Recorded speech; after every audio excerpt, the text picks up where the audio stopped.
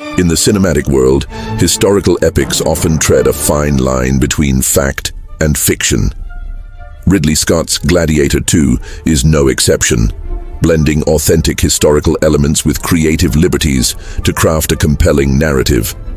This analysis delves into the film's portrayal of ancient Rome, juxtaposing its dramatized scenes with historical realities. The film's narrative and historical context set 16 years after the death of Maximus, Gladiator 2 introduces audiences to Lucius Verus Aurelius, portrayed by Paul Mescal.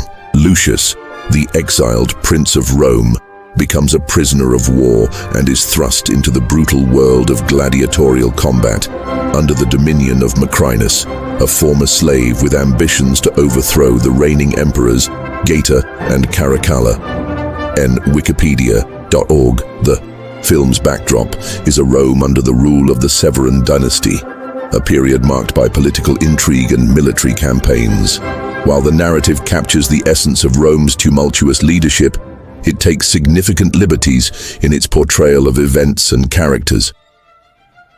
Gladiatorial combat, myth versus reality. One of the film's most talked about sequences involves gladiators battling sharks in a flooded Colosseum.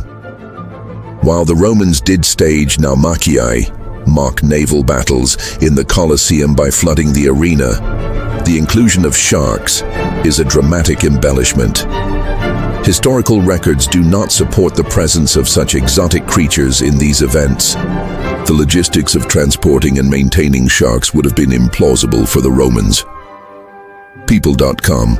Additionally, the portrayal of gladiatorial combat in the film emphasizes spectacle over accuracy. While gladiator fights were indeed brutal, they were also governed by strict rules and often did not end in death, as the training and maintenance of gladiators were costly investments for their owners. Character portrayals and historical accuracy. The film introduces Macrinus, depicted as a former slave plotting to overthrow the emperors. Historically, Macrinus was a Roman emperor who ruled briefly after orchestrating the assassination of Caracalla. However, he was not a former slave, but rather of equestrian rank, serving as a high-ranking official before seizing power. And Wikipedia.org. The depiction of the twin emperors Geta and Caracalla also strays from historical records. While both were indeed sons of Emperor Septimius Severus, their co-rule was fraught with tension, culminating in Caracalla's assassination of Geta. The film's narrative simplifies and dramatizes their relationship for storytelling purposes. Cultural depictions and geographic liberties. Gladiator 2 portrays Africa and Africans largely as rebellious and uncivilized, existing outside the bounds of the Roman Empire. This depiction overlooks the historical reality that Africa was an integral part of the Roman Empire, with Africans serving as senators, magistrates, and respected citizens. The film's portrayal reinforces outdated stereotypes and fails to capture the diversity and complexity of the Roman world. Hyperallergic.com. The importance of historical context in historical fiction. While Gladiator 2 offers a visually stunning and emotionally engaging narrative, it is essential for viewers to approach such films with an understanding of their blend of fact and fiction. Historical fiction serves to entertain and inspire, but without critical engagement, it can perpetuate misconceptions about the past.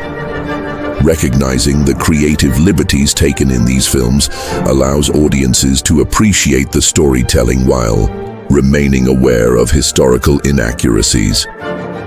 This awareness fosters a deeper appreciation for the complexities of history and the ways in which it is interpreted and reimagined in popular culture. Conclusion: the lasting impact of historical accuracy. Gladiator 2 exemplifies the delicate balance between crafting an engaging narrative and maintaining historical authenticity. While the film captivates with its dramatic portrayals and epic battles, it often sacrifices accuracy for spectacle. Understanding the distinctions between the film's depiction and historical reality enhances our appreciation of both the art of filmmaking and the rich tapestry of history. It prompts us to question, how does the blending of fact and fiction in historical narratives influence our perception of the past? Engaging with this question encourages a more nuanced exploration of history and its representation in media.